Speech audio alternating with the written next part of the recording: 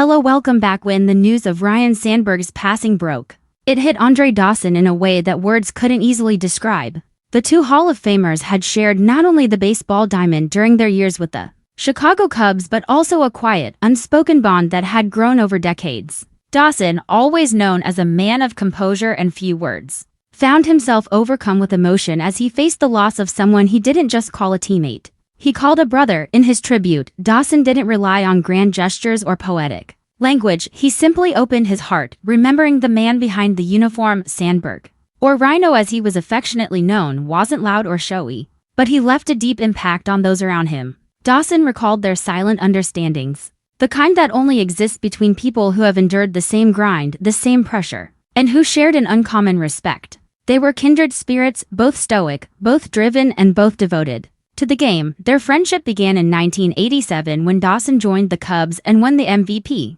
while Sandberg was already the beloved cornerstone of the team. Instead of clashing, they complemented each other. Dawson admired Sandberg's humility, his professionalism, and his quiet commitment to excellence. Whether it was on the road, during tough stretches of the season, or in those rare moments of celebration, the two leaned on each other. That connection was visible on and off the field. When Dawson learned about Sandberg's death while spending time with his grandchildren, he quietly excused himself to be alone. That night, he shared a statement that would resonate with fans everywhere, describing Sandberg as a true gentleman who led without ever needing to raise his voice. Sandberg was remembered not only as one of the most talented second basemen in baseball history but also as a man of rare character. He never let his status go to his head. He worked hard, stayed humble, and never lost sight of what really mattered: team, family, and integrity. Dawson spoke of charity events they attended, dinners they shared, and conversations that ranged from baseball to deeper matters of faith and family. He recalled Sandberg's deep love for his children and his respect for the legacy they would inherit.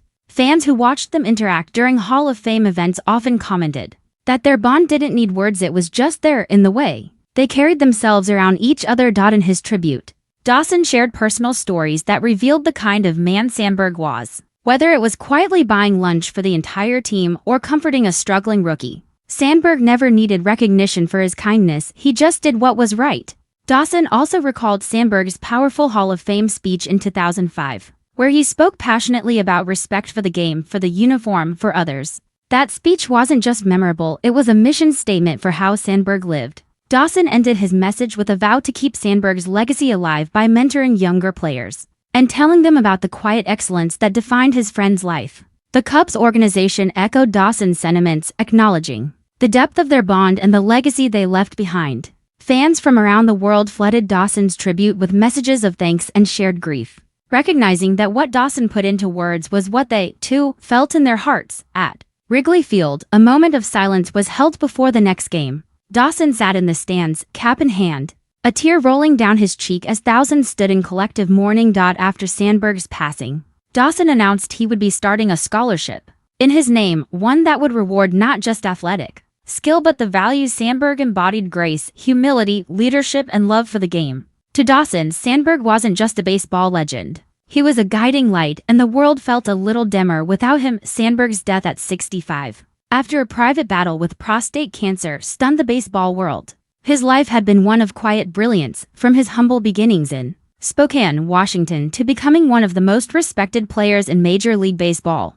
Sandberg's path was shaped by discipline, talent, and heart. He turned down a college football scholarship to chase his dream in baseball, and after a fateful trade from the Phillies to the Cubs in 1982, his legend began. By 1984, he was the National League MVP and a household name, winning the admiration of fans with his iconic performance against the Cardinals in what became known as the Sandberg game. Throughout his career, Sandberg racked up accolades: 10 All-Star selections, 9 Gold Gloves, 7 Silver Sluggers, and, more importantly, the respect of everyone who watched him play. He wasn't flashy, he wasn't loud, but he was great every single day. Even after his first retirement, he came back for 2 more seasons before finally hanging up his cleats in 1997. In 2005, his Hall of Fame induction and unforgettable speech cemented his place not just in baseball history but in the hearts of fans everywhere. After retiring, Sandberg remained close to the sport, coaching and mentoring younger players in both the Cubs and Phillies organizations. Though he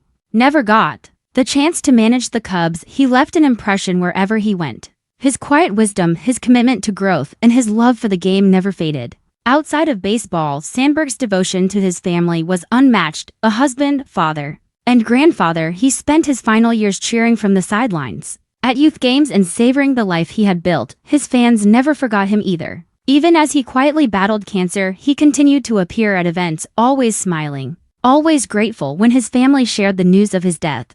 Tributes poured in. Wrigley Field became a memorial site as fans placed flowers, hats, and handwritten notes along the ivy-covered walls. Former teammates, rivals, broadcasters, and fans all came together to remember the man who had redefined what it meant to be a star athlete. Ryne Sandberg didn't win a World Series, but he won hearts. He gave hope to a city desperate for heroes and showed generations of players how to lead with humility and play with honor. In every way that matters, Ryne Sandberg was greatness personified, and through the memories, the stories, and the people he touched, he will never be forgotten.